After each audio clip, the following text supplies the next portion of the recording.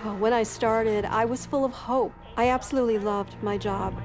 I had absolutely no thought that something paranormal would be happening to me there. As a nurse, you can go through all the training in school, but when you've seen things the science cannot explain, nothing prepares you for that. To my shock, he goes right through the door. You don't have the luxury of being afraid. People are counting on me.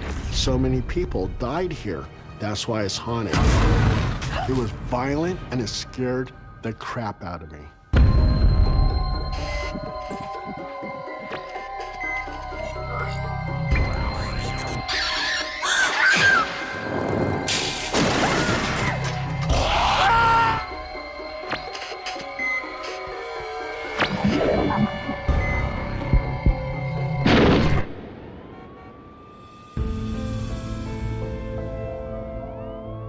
...2018 in Chicago, Illinois.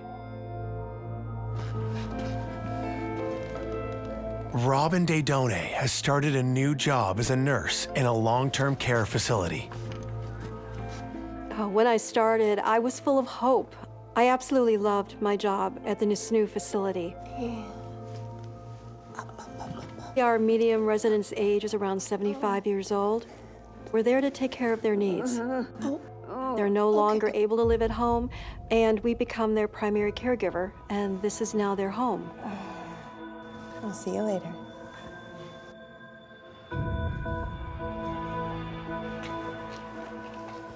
On an average day shift, we would have 6 to 8 nurses in the building taking care of residents.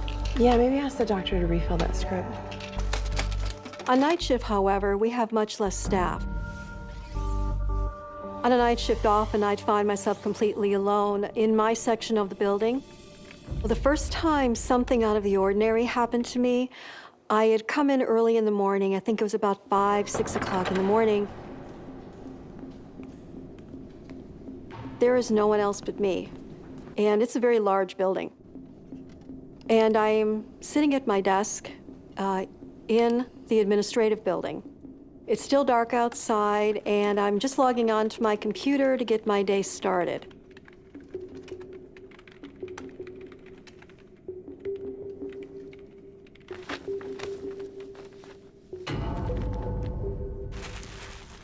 I start hearing what sounds like rustling, like papers being shuffled.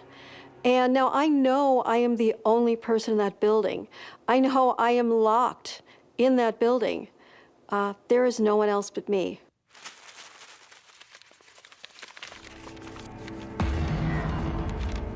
There are offices all around me, and they are locked.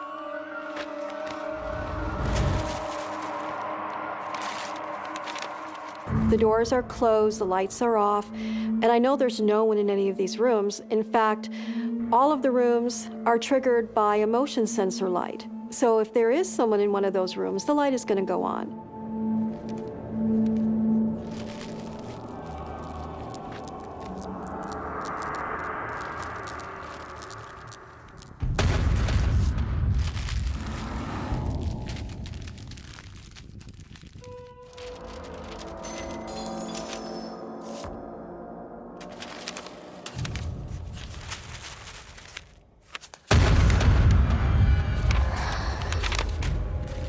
There has to be a person, a physical human being, moving in that room to get the light to go on. Most of our residents were wheelchair or bedbound, so they're not able to get up and walk around by themselves. Could there be a break-in?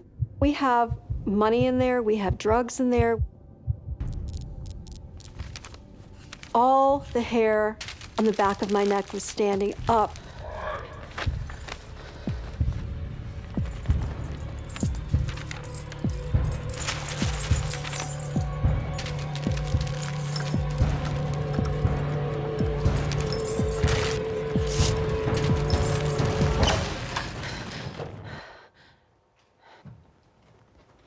I can clearly see there's nobody in that office.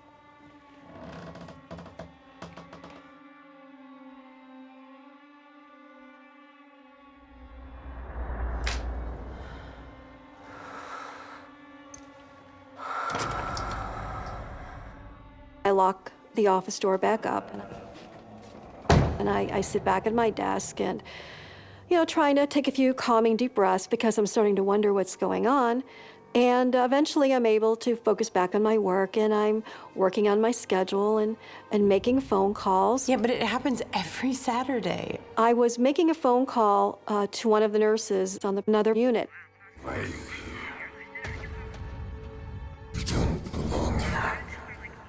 Is there a man talking next to you on the phone? She says, "No, I'm alone in the nursing office. There's nobody here with me."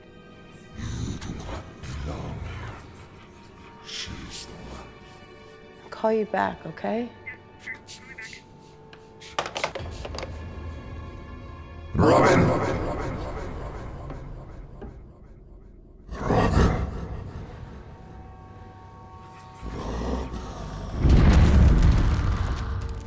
And I know I heard my name called.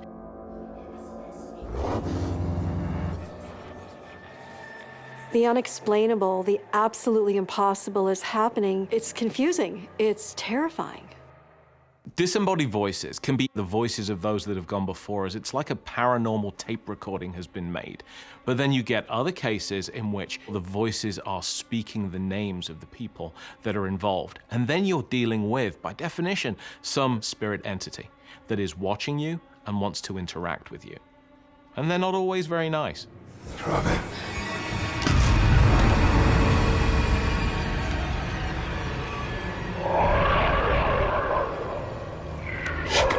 Robin. There was instantly a feeling that I needed to get out of there, that it wasn't safe. I didn't feel safe.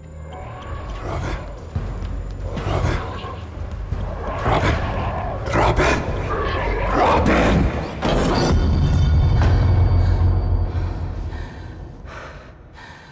What's happening to you? What are you thinking? What are you feeling? I'm thinking to myself, okay, you've got to go in there. You don't have the luxury of being afraid. I'm supposed to put on my nurse face, and I'm supposed to go to work. People are counting on me. I can't let them down. Okay. For Robin, this experience is only the first of many inexplicable events. I would go off to the back of the building. I'd go to the bathroom. When I would come back, the doors would be open, lights would be on. Very much. I noticed that the air around me felt charged. It felt like static electricity.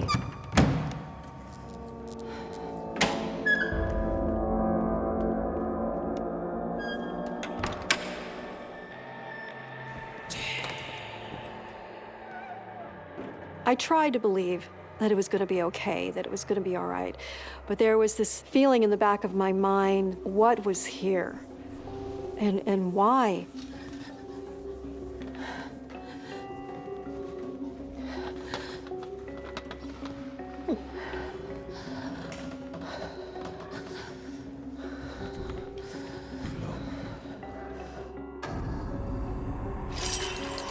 What's up, Robin? I saw something pass by.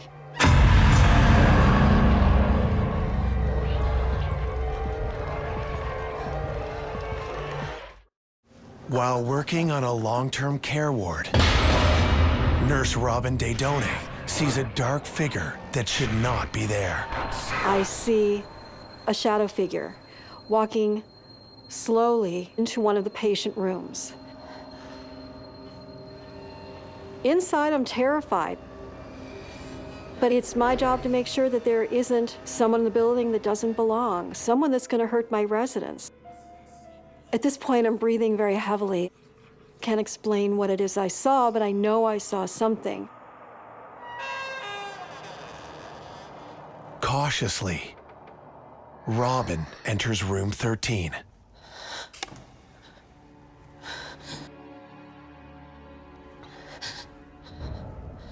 There's nothing in there. The only thing is a patient sleeping. All of my residents are in bed. They're not capable of getting up by themselves.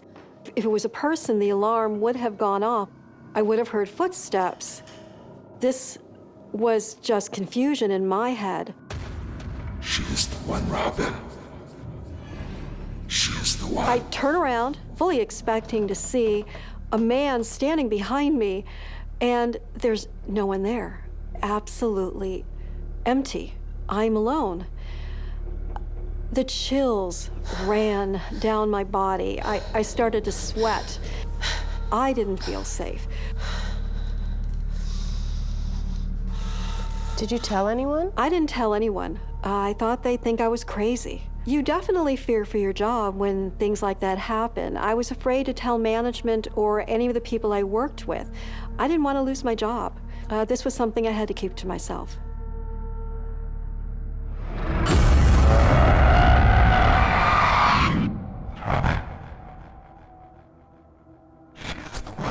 Over the next few weeks, the dark figure returns many times. Whatever was here was becoming more aggressive. It wasn't silent anymore. I started hearing sounds like boots walking on a tile floor.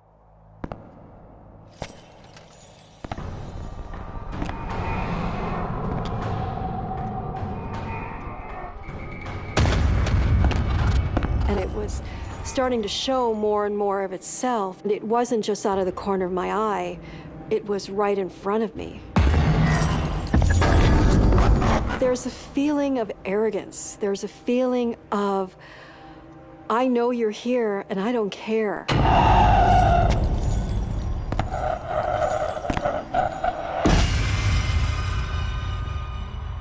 I'm starting to wonder, can I protect my residents from whatever this is?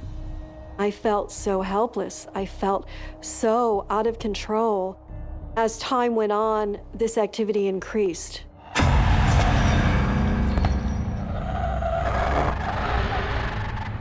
And I'm noticing that it's going down to the last patient's room on the hallway, room 13. I'm repeating to myself, it's gonna be okay. Nothing is gonna hurt you. It's gonna be all right.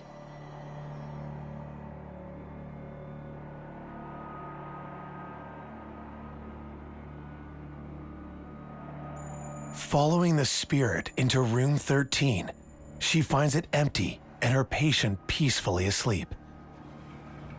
Why that room? What makes it special? At this point, I don't know why, but I would soon find out.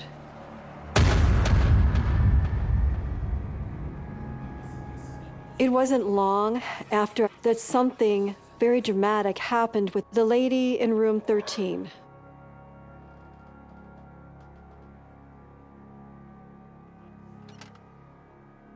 This feeling comes over me I can't describe. It is a feeling of dread.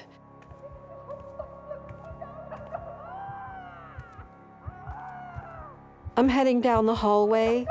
Every step, I am concentrating on my walking. I'm concentrating on making myself move forward. Because every fiber of my being is screaming for me to turn around and go the other direction.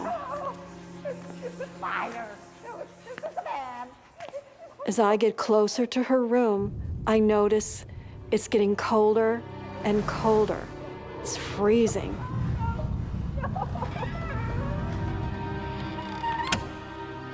As I cross the threshold into her room, there's a feeling, it's indescribable, and it feels horrible. It feels horrific. And I want to leave. And I'm making myself move forward, but all I want to do is leave the room. And it's freezing.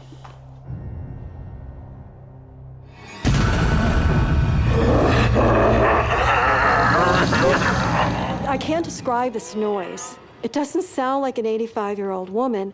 It sounds like a male voice. In fact, it sounds like two male voices on top of each other. Something I have never experienced.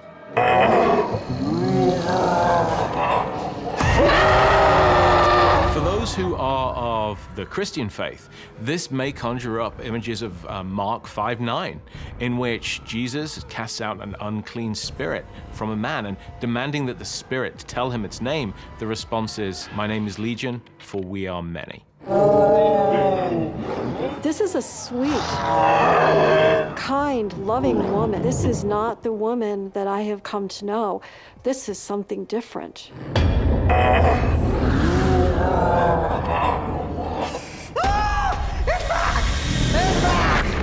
She's pointing to the wall at the far end of the room.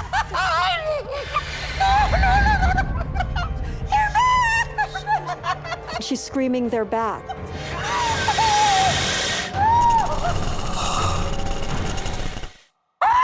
Nurse Robin Dedone is struggling to help a patient who is tormented by a dark entity. She looked terrified, and I didn't see anything. But the feeling in the room is as though darkness itself had become a thing. It was all around me. It was surrounding me, and it had enveloped me. And I asked her to describe what the things look like. She said they look like a cross between a spider and a human being.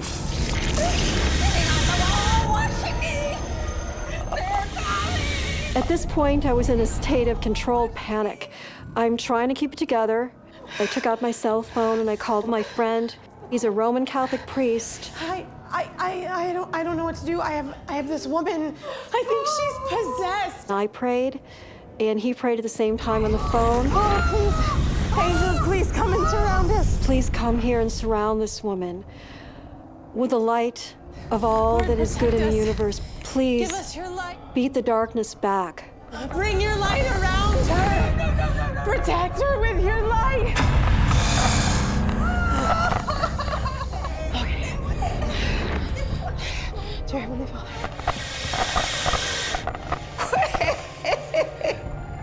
Go away! Go away! Protect us. Bring your light. Please, Lord, bring your light around this woman. Protect her. It was like a light switch. Suddenly this woman came out of whatever it was. I knew then that I think we're going to be okay. I think maybe we're going to be all right. Yeah, let's get... What? There was something on her back that hadn't been there before. 3 bloody scratch marks that ran from her neck all the way down to her lower back. Are you okay, sweetie? They certainly didn't look like she had done it to herself. I couldn't have even imagined how she could have twisted her arms behind her back to do that. How did this happen? The term oppression refers to a kind of psychic attack. It's where a hostile or combative entity is attempting to work its way into somebody's body. That assault is successful, then you have a state of possession and the attacker gets to claim your body. With her debilitating condition, this poor old lady was a prime candidate for a psychic attack. An opportunistic negative entity saw her as a vulnerable potential victim. I think that it attacked her, and that's what Robin was dealing with. I certainly hope I never have an experience like this again. It left me shaken. When you can't find a logical reason anymore, when there just isn't an explanation, and you start to realize that this is something otherworldly, it changes your whole perception. Your whole perception on life after death, your whole perception of everything.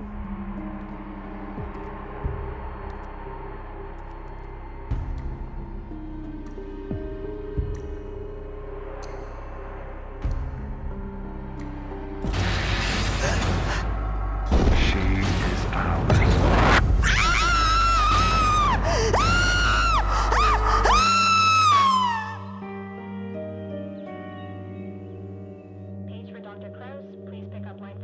Julie Weinstein has spent her life in nursing. Nursing for me is like giving a piece of me back that I can. For the last 20 years, she has dedicated herself to the palliative care unit, bringing comfort to terminally ill patients who will never go home again. It's called end-of-life care as well.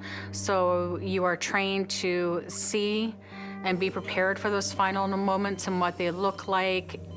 You become intimate with that person, especially when you're all that they have. One patient is of particular interest to Julie.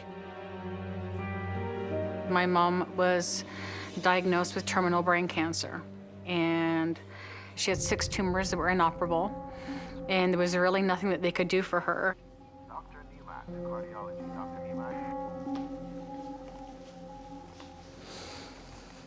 Hi, Mom. Brought you some flowers. As her mother's condition reaches a critical stage, Julie prepares for the inevitable. It's a lovely day out there today. I was the one that would come and change and care for her, make sure her medicines were there and everything. Every night I sang to her. She loved Celine Dion. And I would stroke her hand. In my career in nursing, I have seen so much death. When it's something that's so very close to you, it makes everything very surreal.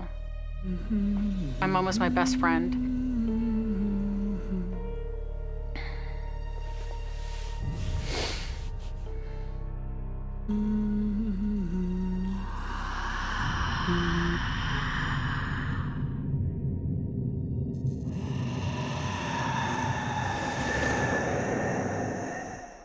Something felt off.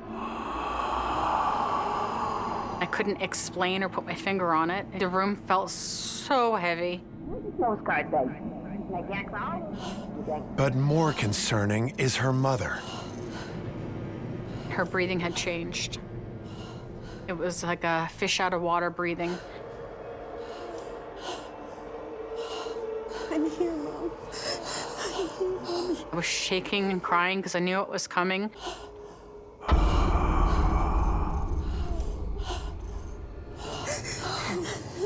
Again, she gets a cold, terrifying feeling. There was no one but my mom and myself in that room. As her mother's condition calms, Julie follows the sounds. They were talking, but I couldn't hear who they were talking to, and I couldn't hear what they were saying. Things just didn't seem right. My gut was telling me it just wasn't right. I'm not kidding.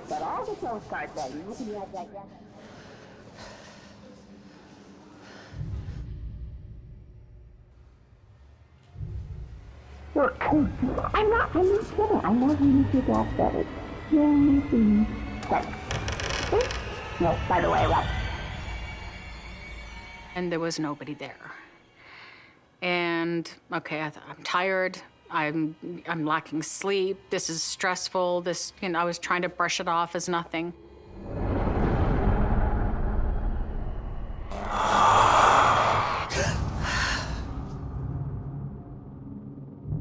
There was a cold hand behind me, placed just right on my shoulder. Icy, icy cold. This time. She's old. And I looked around, there was nobody there. And I was just terrified. It was like a disembodied voice. It's time. It's time. It's time. My gut was just red flags screaming, just not right, not right, not right. She is ours. Is I ours. became nauseous. I thought, am I losing my mind? In the palliative unit of a busy Canadian hospital, veteran nurse Julie Weinstein's vigil over her dying mother is interrupted by mysterious disembodied voices that suddenly reach out. cold, icy hand. All the hair on my arms stood up. That scared the daylights out of me.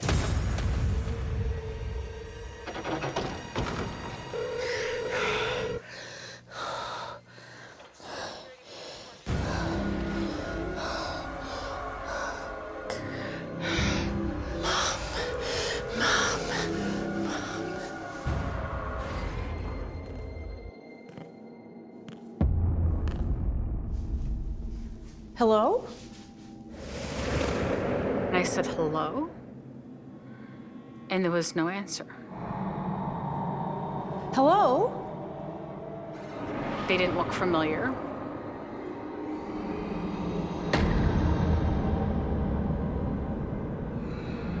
And I'm like a little bit scared because what I saw was, it was almost like black and white.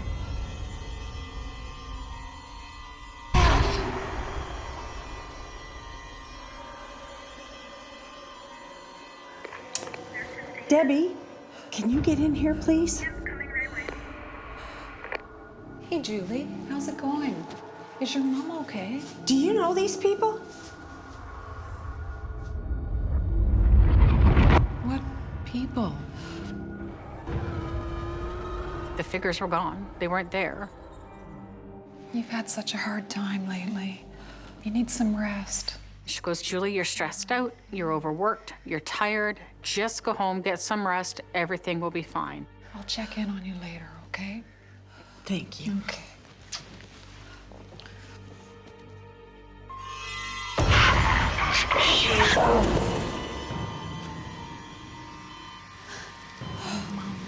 Oh, Mom. Oh, Mom.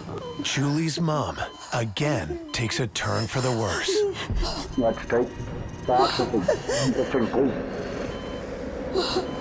While you're looking around with your up and basically get there. I could hear the voices all around me again. Move right in. The enemy out. You will complete report when I'm right. I'm shaking. Yep. Hey. I was terrified. I'm like, are they trying to talk to me? Are they trying to give me a message? But there was no coherent word.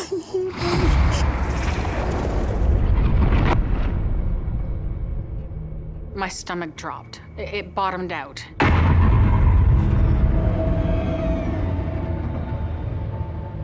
They were looking right at me.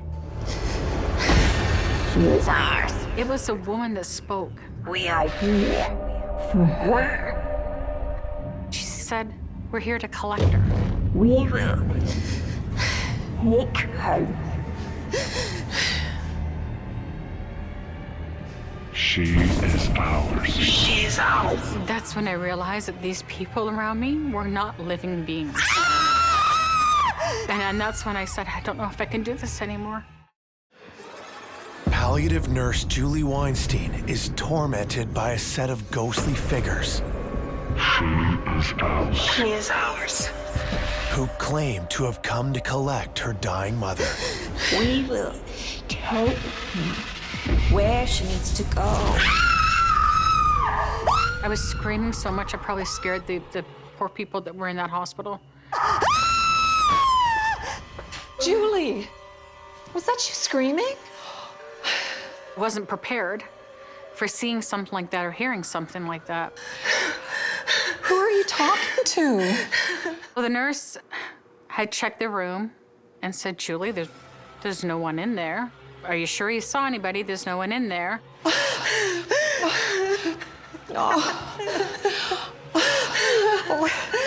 Sorry, honey. I gotta take this. I'll be back. Okay. One of the biggest thoughts in my head was, why am I seeing all this? Why am I processing all this? Why is nobody else seeing this? Stay right out now. We're good. Again, Julie gets the sense that she is not alone. Let her in. Now, you want me? But you couldn't see people. But they were all around the bed, all around me. They were everywhere. It's like air, just constant heavy air. Love, I cannot. Why? I was never And I couldn't hear what they were saying.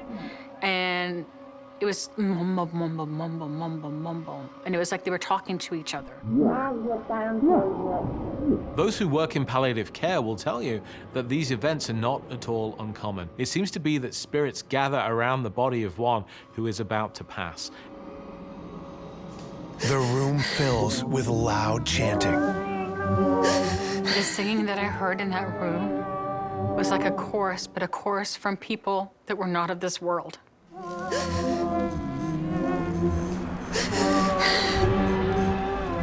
It was like an electrical shock that just ran all the way down my arm.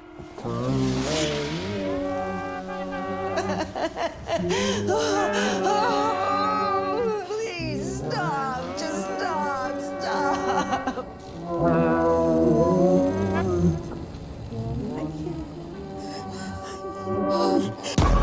We are here for her. She is ours. She's ours. I knew this was it. My mom was going. I can't stop it. They're here for her. Okay. She is safe. The woman's voice was soft, like gentle. We are here for her. We will take her where she needs to go. It didn't want to come across as threatening anymore. It was just a matter of fact of, we're here to collect her. Like, it's okay. We're here for her. We're the ones that are going to take her and show her where to go. She's not alone. Do not be afraid. And then it was just like the most peaceful. It just dissipated, just quieted right down, and then there was nothing.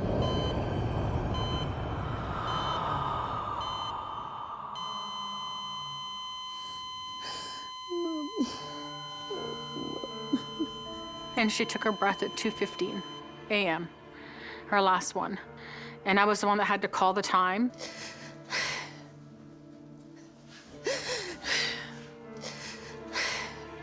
For just a brief moment, a window opened that few people ever get to look through, and Julie saw the passing of one soul from this life to the next.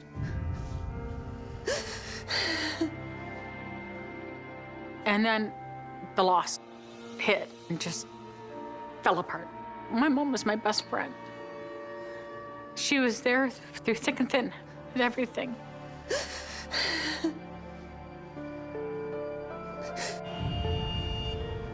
Julie ends her shift early and heads home. My daughter came down at the time. She was about 7 or 8. What's wrong, Mommy?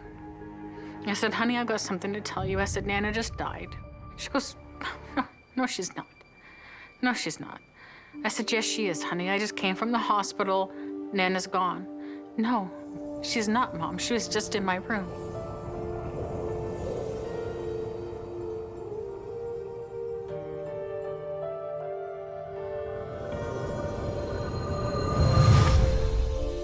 How can you not believe in the afterlife with things like that?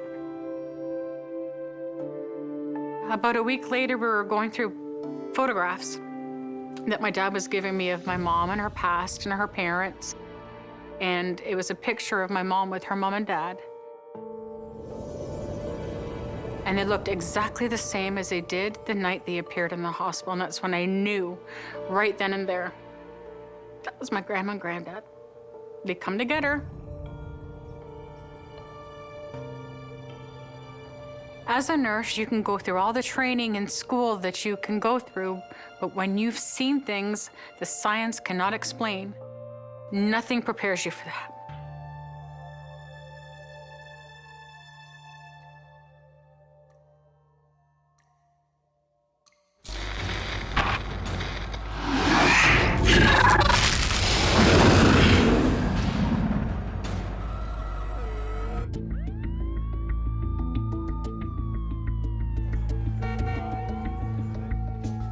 Government worker and author Paul Roberts receives a call no father wants to get. Hi, hey, last name is Roberts, my son. He had an appendectomy. And it was an urgent phone call telling me that my son, Jason, His appendix burst. Is he here? Roberts. Yes, please. Appendectomy, first room on the right. Thank you so much. When I got to the hospital, he just had a surgery. He looked really sick, so he would have to be monitored and spend some nights there. So I was very, very concerned. How you doing, champ? If anything turns sour, I want to make sure that I was there for him. My plan was to go ahead and spend the nights in that hospital. Mr. Roberts? Oh, I'm sorry. I didn't mean to startle you. Why didn't you go home and get some rest? I think I'm just gonna stay. All right. Well, if you need anything, we'll be just outside. Okay, thank you. Okay. Thank you. 2 nights pass, with Paul rarely leaving his son's side. Dr. Buddha to R2. Dr. Buddha. Things started looking stable, but still he wasn't out of the woods yet. I feel better. I heard this male voice say, "I feel better."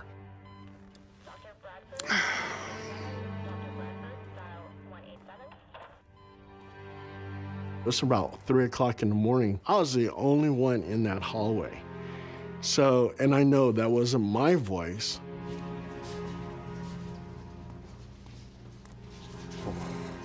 I feel so much better.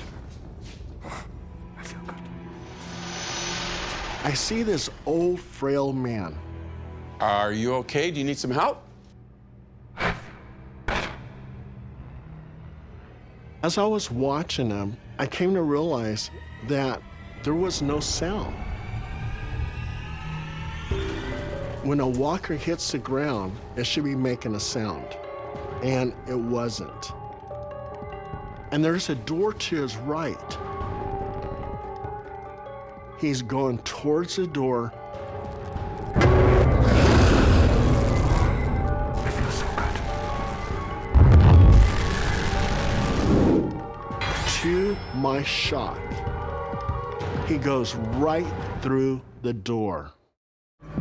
While his son recovers from surgery, published author Paul Roberts I feel better. encounters a phenomenon he cannot explain. It was like he was being sucked right into the door and then just simply vanished. I came to realize that there was no sound. The reason some spirits make no sound at all is the same reason that the photographs on your mantelpiece at home don't make any sound. There's nothing to cause the sound. This is just an image, paranormally recorded rather than with a camera in this case, but one moment in time that's frozen, or a short sequence. Think of a video clip on a continuous loop being played over and over and over again, but muted. What the hell? And he went through a locked door.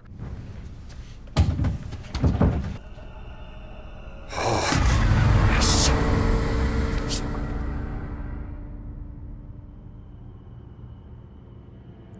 Radiology, dial 41. Radiology, dial 41.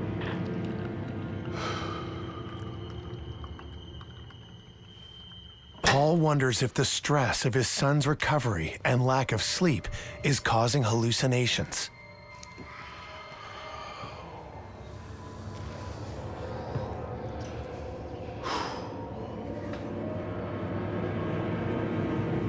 I feel better. I feel so much better. I heard this disembodied male voice again say, "I feel better." As an author, Paul has developed a habit of taking extensive notes and recording information. I always carry a digital recorder. Paul attempts to determine if what he heard was an auditory hallucination. I feel better.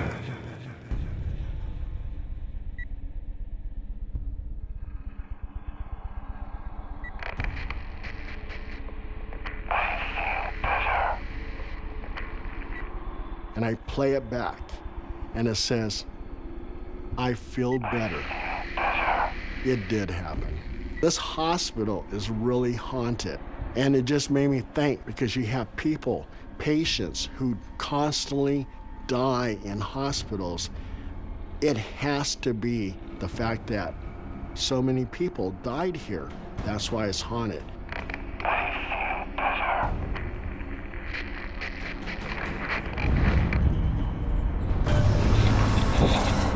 I feel so much better.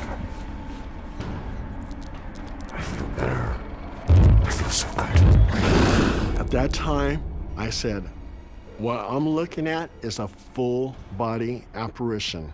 So that really scared me. Paul realizes that what he's looking at isn't actually a flesh and blood man. It may be that he's perceiving the spirit psychically rather than seeing it with his own eyes. It's entirely possible that Paul's psychically sensitive and that people walking past him would not experience the same thing that he did. Paul is now convinced this hospital is haunted and fears for the safety of his son. I went back to see my son. Now he's sleeping peacefully. I'm here for my son. I'm gonna be here. I mean, if he's awake, I'm gonna be here for him. But while he's sleeping, I knew I had to do something.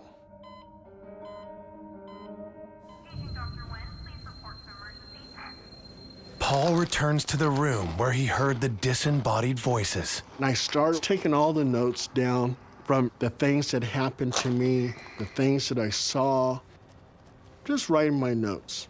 And then I was getting hungry. I started eating these chips.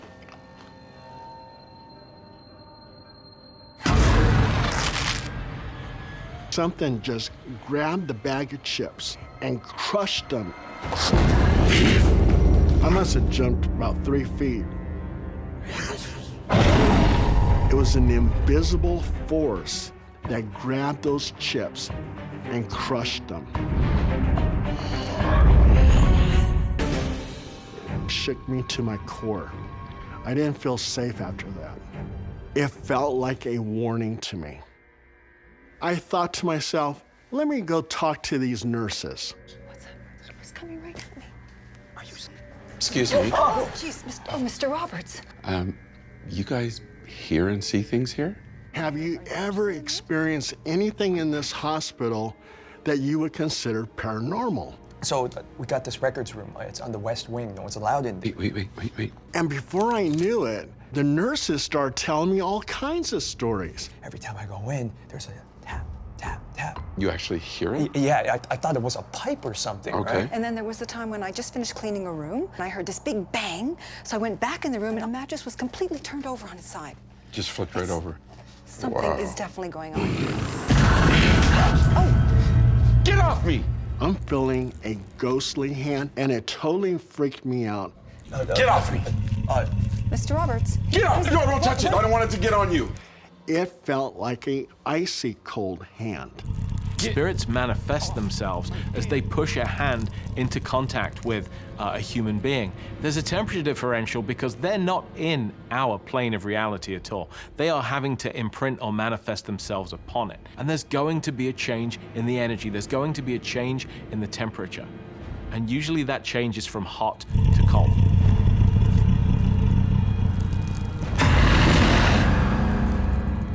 Something clearly did not want me to write that down. It was violent, it was forceful, and it scared the crap out of me. It was a very clear message. It wanted me out.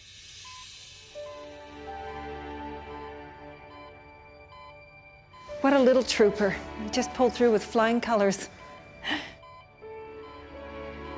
After my son got better and he was able to actually leave that hospital, I left with him with no intentions of ever going back. What I experienced, it's going to be a hard thing to swallow for some people, but I know what I experienced. I know what I saw. I know what happened to me in that hospital, something I'll never forget. The paranormal is very real.